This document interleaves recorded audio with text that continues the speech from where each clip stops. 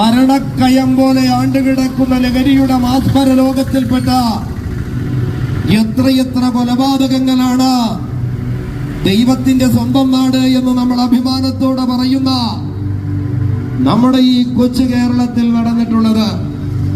ഈ അടുത്ത സമയത്തുള്ള വാർത്തകൾ മാത്രം ശ്രദ്ധിച്ചാൽ നമുക്കറിയാം. 26 വയസ്സുള്ള യൗവനക്കാരനായ ഒരു സഹോദരൻ 2 ആഴ്ചകൾക്ക് മുൻപ് സ്വന്തം അച്ഛനെ മരം കപ്പ് കൊണ്ടടിച്ച് തലയ്ക്കടിച്ച് വീഴ്ത്തി കൊല്ലുവാനിടയായി തീർന്നു. ആ കേസും പോലീസ് പിടിച്ച് തെളിയിക്കുമ്പോൾ FIR-ൽ ഉണ്ടായിരുന്ന വേദനാജനകമായൊരു വാർത്ത ഇതായിരുന്നു: സംഭവം നടക്കുമ്പോൾ പ്രതി മദ്യത്തിന്റെ ലഹരിയിലായിരുന്നു എന്ന്.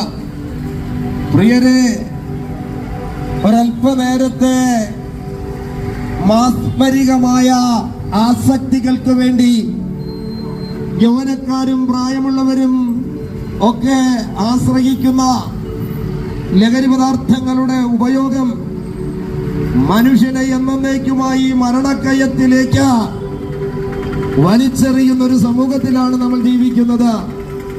തിരുവനന്തപുരം സെൻട്രൽ ജയിലിലും ഇവിടെ കോട്ടൂരുള്ള ഓപ്പൺ ജയിലിലും കേരളത്തിന്റെ അങ്ങോളം ഇങ്ങോളമുള്ള ജയിലുകളിൽ പോയി ക്ലാസ് എടുക്കുകയും അവരോട് സംവാദിക്കുകയും അവർക്ക് വേണ്ടി പ്രസംഗിക്കുകയും ഒക്കെ ചെയ്യുമ്പോൾ പല വിദ്യാസമ്പന്നരായ യൗവനക്കാരും ഞങ്ങളുടെ അടുക്കലേക്ക് വന്നിട്ട് കണ്ണുനീരിൽ കുതിർന്ന അവരുടെ കഥകൾ ഞങ്ങളോട് പറയാറുണ്ട്. സാറേ, പെട്ടെന്നുള്ള ഒരു ആവേശത്തിൽ ആ ലഹരിയുടെ പിടിക്കകത്ത് ഞങ്ങൾ ആണ്ടുകിടക്കുമ്പോൾ അപ്പനെ തിരിച്ചറിയുവാൻ കഴിയാതെ, അമ്മയെ തിരിച്ചറിയുവാൻ കഴിയാതെ, ഞങ്ങളുടെ രക്തബന്ധങ്ങളെ തിരിച്ചറിയുവാൻ കഴിയാതെ ഒരു നിമിഷം ഞങ്ങൾ പ്രവർത്തിച്ചു പോയി.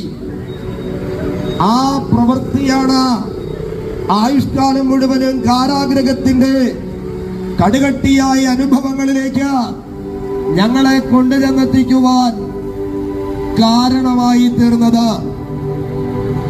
എന്നെ കേൾക്കുന്ന സകലരും തിരിച്ചറിയണം.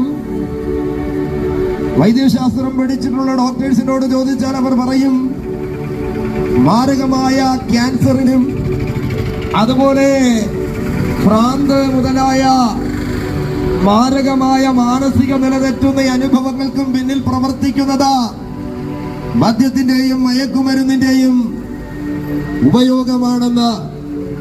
ഗവൺമെന്റ് സംവിധാനങ്ങളൊക്കെ പല പ്രാവശ്യം മദ്യനിരോധനവും മദ്യത്തിനെതിരായിട്ടുള്ള വിമോചന